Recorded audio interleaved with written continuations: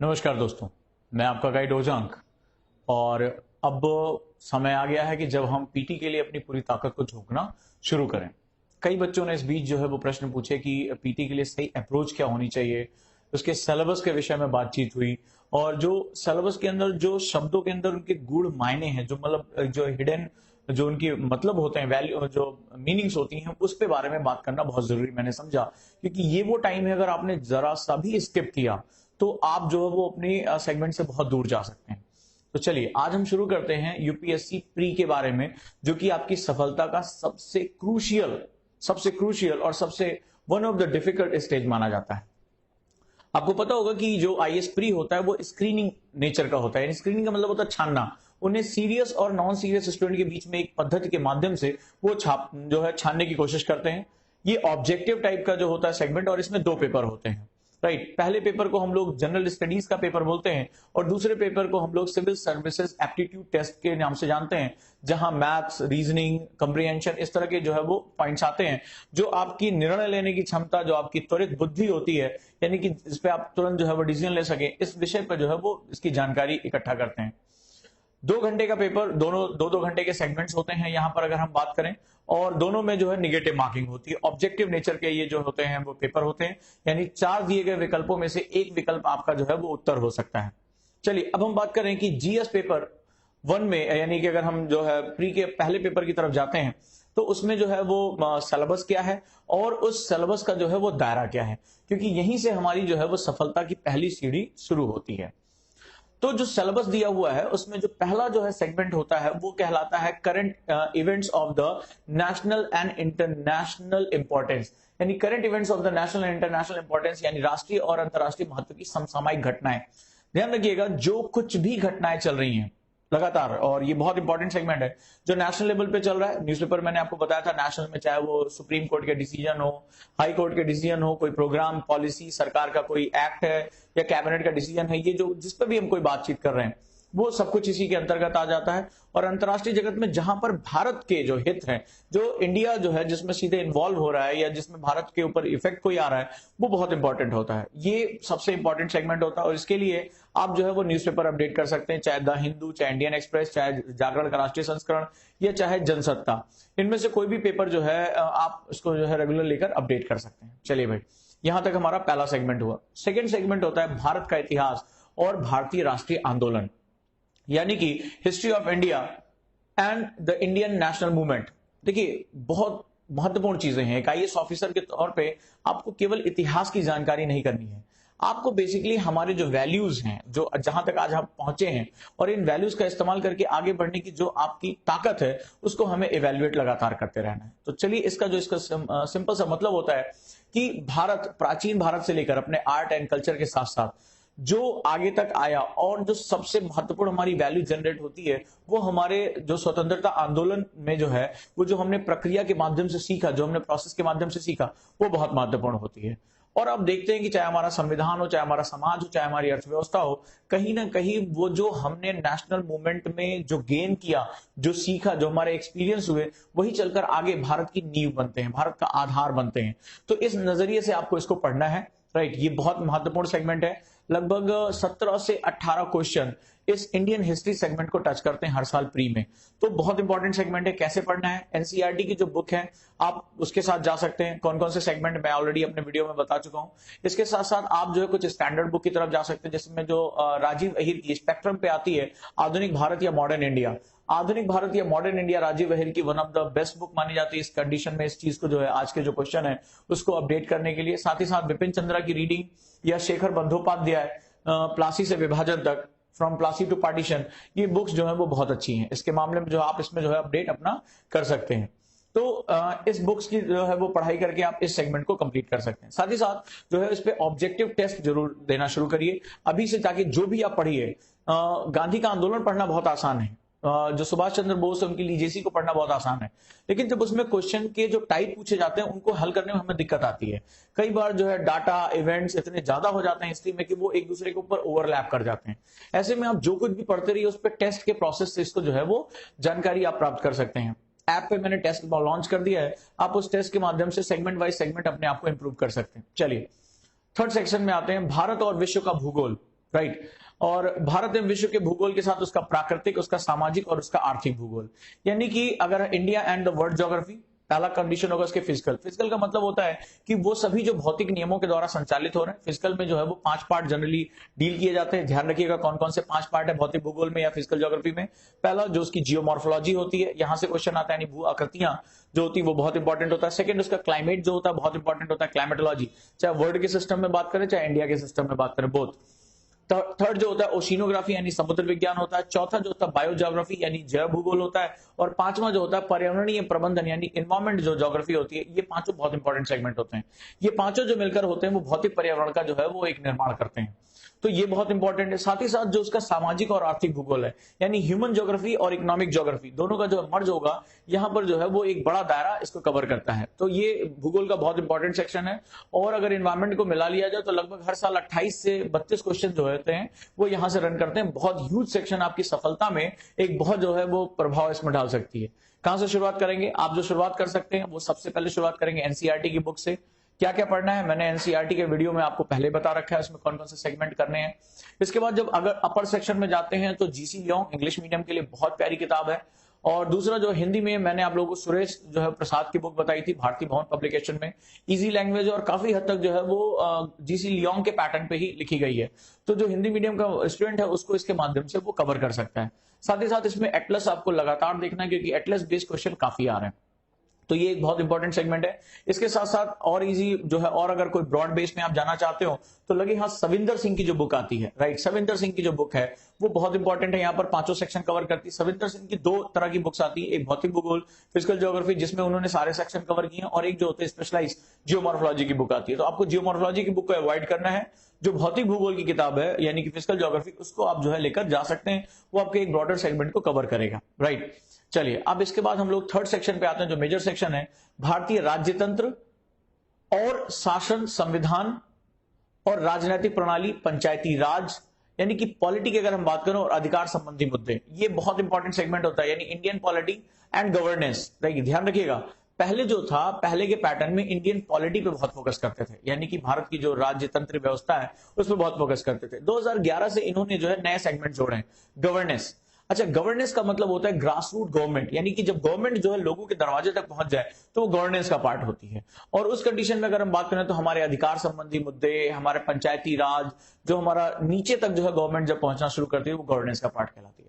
यानी जो पॉलिटी का दायरा है वो बहुत बड़ा हो चुका है। और इस दायरे में स्टैटोडायनामिक्स स्टडीज बहुत इंपॉर्टेंट होती हैं, यानी कि आपको आधारभूत ज्ञान होने के साथ साथ, जो बेसिक नॉलेज है उसके साथ साथ जो अभी करंट में चल रहा है उसके साथ आपको अटैच करना आना चाहिए, राइट, अटैच करना आना चाहिए। यानी कि वो जो कुछ भी बात कर रहे हैं उसके वो बैकवर्ड भी जाएंगे और फॉरवर्ड भी जाएंगे। तो ऐसी कंडीशन में इसका दायरा बहुत बड़ा हो जाता है। पढ़ने का तरीका क्या है? जो आपकी 11th-12th की एनसीईआरटी है, 9th, 10th, 11th, 12th चारों की जो है एनसीईआरटी है, बता चुका हूं इसमें कौन कौन से टॉपिक कवर करने हैं, उसको आप कवर करेंगे। साथ ही साथ इसमें लक्ष्मीकांत की बुक जो है बहुत आपको जो है हेल्प करेगी पीटी में, या जो सुभाष कश्यप की किताब आती है 2 पार्ट में, संविधान को लेकर और हमारी जो प्रणाली है उसको लेकर, संसदीय प्रणाली को लेकर हमारी संसद, इन दोनों को जो है आप पढ़ सकते हैं, सुभाष कश्यप हिंदी और इंग्लिश दोनों में। तो ये बहुत इंपॉर्टेंट है। डीडी बसु में तुरंत अभी आपको जो है वो नहीं कहूंगा क्योंकि वो एक बहुत ही एक डीप और एक बहुत ही गहरी किताब है, और जब ये बेसिक समझ आपके पास हो जाए तब आप उस किताब के लिए जाएं, ठीक है, नो डाउट बहुत अच्छी किताब है, और मेंस में उसको रेफर करें। साथ ही साथ आपके पास बेयर एक्ट होनी चाहिए, बेयर एक्ट जिसमें संविधान की जो अनुच्छेद है उसके बारे में एक जो डिस्कशन है, जब आप न्यूज़पेपर में इसको आप पढ़ेंगे तो इनके माध्यम से जो है आप अच्छी खासी जानकारी प्राप्त कर सकते हैं। जैसे अक्सर क्वेश्चन पूछा जाता है कि निम्नलिखित में से क्या जो है वो आर्टिकल 21 के अंतर्गत नहीं है, आर्टिकल 19 के अंतर्गत नहीं है, क्या है, क्या जो इसमें जो क्वेश्चन है वो हमेशा इस पर आते हैं। तो अधिकार संबंधी मुद्दे बहुत बड़े हो जाते हैं, चाहे महिलाओं का अधिकार हो, चाहे बच्चों का अधिकार हो, दिव्यांगों का अधिकार हो, ट्रांसजेंडर्स का अधिकार हो, तो सभी के जो अधिकार हैं उन पर आपको लगातार नजर बनाकर रखनी पड़ेगी। और करंट का जो है यहाँ पर जो है वो प्रभाव बहुत ज्यादा बढ़ जाता है। चलिए, ये हमने देखा कि जो करंट इवेंट्स हैं वो कहां से कवर करना है, फिर हमने हिस्ट्री को देखा, सेकंड, थर्ड हमने जो है ज्योग्राफी को देखा, और फोर्थ हमने पॉलिटी को देखा। ये 4 जो है मेजर सेक्शन है। कैसे तैयार करना है मैंने बुक्स के नाम आपको बताए। अब हम आते हैं नेक्स्ट सेक्शन पे, वो है इकोनॉमिक्स एंड सोशल डेवलपमेंट, ठीक है, बहुत महत्वपूर्ण है क्योंकि पहले इसको जो है 2011 से पहले इसको इकोनॉमिक्स यानी आर्थिक, भारत की अर्थव्यवस्था के रूप में इसको जाना जाता था।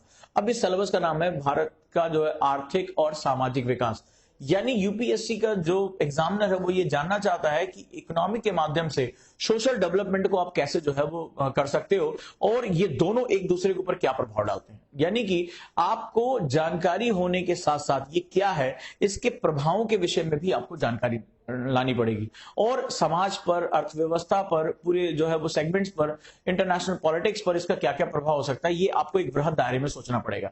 यानी ये सबसे डायनामिक हिस्सा हो गया आपका इकोनॉमिक्स। तो अगर हम बात करें तो आर्थिक और सामाजिक विकास, ठीक है, इसमें सतत विकास जिसे हम लोग सस्टेनेबल डेवलपमेंट कहते हैं, बहुत बड़ी धारणा है। गरीबी, पुअर्टी, इसके साथ साथ जो है समावेशन, इंक्लूजन, क्योंकि इंक्लूजन जो होता है वो एक किसी भी अर्थव्यवस्था का, खासतौर पे हमारी जो अर्थव्यवस्था है उसका मुख्य ध्येय है कि सबको साथ लेकर हमें चलना है और सभी लोग जो है वो विकास की उसी दौड़ में समान अवसर जो है यानी इक्वल जो है अपॉर्चुनिटी को पा सके। इसके साथ साथ जो जनांकिकी है बहुत महत्वपूर्ण होता है, डेमोग्राफी, क्योंकि डेमोग्राफी हमारा जो है वो सबसे बड़ी इस समय हमारी अपॉर्चुनिटी है, हमारी सबसे बड़ी पावर है। इसके साथ साथ सामाजिक क्षेत्र में की गई नई पहलें, यानी कि जो भी गवर्नमेंट प्रोग्राम पॉलिसी ला रही है सोशल डेवलपमेंट के लिए, इकोनॉमिक डेवलपमेंट के लिए, उस पर आपको बहुत बारीक नजर बनाकर रखनी है, करंट के आधारित आपको इसको पढ़ाई करनी है। यानी कि अगर हम बात करें तो यहाँ पर economic and social development, there poverty related, inclusion related, जो है sustainable development related, and there social initiatives जो रिलेटेड जो आपके टॉपिक्स हैं वो यहाँ कवर होंगे। कैसे पढ़ेंगे आप इसके विषय में जो जानकारी आप ले सकते हैं, तो इंडियन इकोनॉमी के लिए जो अगर आप एनसीईआरटी पढ़ना चाहें तो कुछ सेगमेंट वो कवर करता है। Macro economics, specially 11th 12th class में आप मैक्रो इकोनॉमिक्स डील कर सकते हैं। अदरवाइज ईश्वर ढींगरा की किताब आती, भारत का आर्थिक विकास, उसको आप पढ़ सकते हैं, और यहाँ पर उसको जो है वो पॉइंट वाइज और थोड़ा इजी लैंग्वेज में दिया हुआ है, तो उसको आपको ग्रास्प करने में आसानी होगी। इंग्लिश मीडियम के लिए उमा कपिला बहुत अच्छी किताब है, उसमें आप काफी सेगमेंट वो कवर करती हैं। हिंदी के लिए अगर आप जाना चाहें तो रमेश सिंह जा सकते हैं, ठीक है, और वो भी एक कंटेम्प्रोरी काफी कुछ कवर करते हैं। बाकी जो इसका एक मेजर सेक्शन है, मतलब बेसिक आधारभूत नॉलेज के बाद जब आप चाहे उमा कपिला, चाहे रमेश सिंह, और चाहे आप ईश्वर ढींगरा, इन तीनों को पढ़ने के बाद जो आपका मेजर सेक्शन आता है वो आपको न्यूज़पेपर से अपडेट करना पड़ेगा। इसके लिए जो इकोनॉमिक सेक्शन आता है न्यूज़पेपर का, चाहे हिंदी हो चाहे इंग्लिश हो, इकोनॉमिक टाइम पढ़ सकते हैं तो बहुत अच्छा। अदरवाइज आप जो है वो जितने भी इकोनॉमिक सेक्शन आ रहे हैं उसको अपडेट जरूर करिए, क्योंकि जो क्वेश्चन इसमें आ रहे हैं मेजोरिटी आज के पीटी में वो करंट टॉपिक से उठाकर ज्यादा पूछे जा रहे हैं, राइट। तो ये आपका जो है वो नेक्स्ट सेक्शन रहा इकोनॉमिक्स। चलिए अगले सेक्शन में आते हैं, जो अपने आप में धीरे धीरे बहुत बड़ा सेक्शन बनता चला जा रहा है, वो है एनवायरमेंट, ठीक है, पर्यावरण। तो पर्यावरण, पारिस्थितिकी, जैव विविधता, और जो मौसम परिवर्तन संबंधी यानी जलवायु परिवर्तन संबंधी जो भी हैपनिंग्स हो रही हैं, जो भी चीज हो रही हैं, वो इसमें पूछा जाएगा। यानी कि आप जो है क्लाइमेट चेंज, बायोडाइवर्सिटी और एनवायरमेंट, ये जो इश्यूज आ रहे हैं, जो मुद्दे हैं, जो प्रदूषण जैसे चीजें आ रही हैं, चाहे वायु प्रदूषण, जल प्रदूषण या किसी भी तरह का, वो यूपीएससी के लिए बहुत कंसर्न है। और आप ये ध्यान रखिएगा ये बहुत कंटेम्प्रोरी टॉपिक है, बहुत कंटेम्प्रोरी टॉपिक है। इसके लिए आप जो बेसिक स्टडी कर सकते हैं वो इग्नू की बुक्स आती हैं 2 पार्ट में, राइट, हिंदी और इंग्लिश दोनों में। तो इग्नू की बुक्स जो है वो आपकी बेसिक बुक्स के रूप में रहेंगी, आप उसका बहुत अच्छे से अध्ययन कर सकते हैं। और साथ ही साथ इराक भरूचा की जो किताब आती है, तो इराक भरूचा हिंदी और इंग्लिश दोनों में आती है, उसकी भी आप स्टडी कर सकते हैं, one of the best book है। इसके बाद जो थर्ड बुक है इंग्लिश मीडियम के लिए, तो एडवांटेज है वहां पर, क्योंकि शंकर आईएएस में जो है उन्होंने एनवायरमेंट के नाम से एक निकाला है, अच्छी किताब है, काफी अच्छा कवरेज है उसका। हिंदी में अनफॉर्चुनेटली अभी अवेलेबल नहीं है, तो हिंदी के लिए आप इग्नू पर जाएं। और जो कुछ भी न्यूज़पेपर में आ रहा है, देखिए ज्यादातर जो क्वेश्चन है वो परेशान होने की जरूरत नहीं कि बहुत कहां से टफ पूछे जा रहे हैं। इसमें जो क्वेश्चन आ रहे हैं वो ज्यादा से ज्यादा आप जो सीधे जो एनवायरमेंट मिनिस्ट्री की जो वेबसाइट है, सीधे वहां जाइए, और वो हिंदी और इंग्लिश दोनों में उपलब्ध है। जो बेसिक कक्षा 6, कक्षा 7 और कक्षा 8 के लिए जो है स्टैंडर्ड, उन्होंने क्लास वाइज स्टैंडर्ड कर रखा है, या सीनियर सेकेंडरी के लिए स्टैंडर्ड कर रखा है। आप वहां जाएंगे तो सीधे आपको वहां पर जो है वो टेक्स्ट मिल जाएगा, हिंदी में भी और इंग्लिश में भी। सीधे क्वेश्चन वहीं से इस बार आए हुए थे, तो आपको परेशान होने की जरूरत नहीं है। तो न्यूज़पेपर के साथ अपडेट करिए, मिनिस्ट्री की वेबसाइट पर आप जाकर इसको स्टडी कर सकते हैं, ठीक है। गूगल में आप डालेंगे मिनिस्ट्री ऑफ एनवायरमेंट, ठीक है, वहां पर आपको सीधे लॉन्च करा देगा, और आप वहां जो स्टडी कर सकते हैं। उसको कॉपी कर लीजिए, पेस्ट कर लीजिए, और उसका प्रिंट आउट ले लीजिए, आराम से उसका अध्ययन करिए, दैट्स वेरी इजी। और जो लास्ट सेक्शन होता है जीएस पेपर में, वो होता है सामान्य विज्ञान, राइट। तो सामान्य विज्ञान के केस में अगर हम बात करें तो जनरल साइंस, लेकिन ये जो इस समय जो क्वेश्चन आ रहा है वो टेक्नोलॉजी बेस्ड क्वेश्चन ज्यादा आ रहा है। तो जनरल साइंस में पहले 3 हिस्से हमारे माने जाते थे, एक बायोलॉजी, जीव विज्ञान, दूसरा जो है वो फिजिक्स भौतिक विज्ञान, और तीसरा जो है केमिस्ट्री यानी रसायन विज्ञान।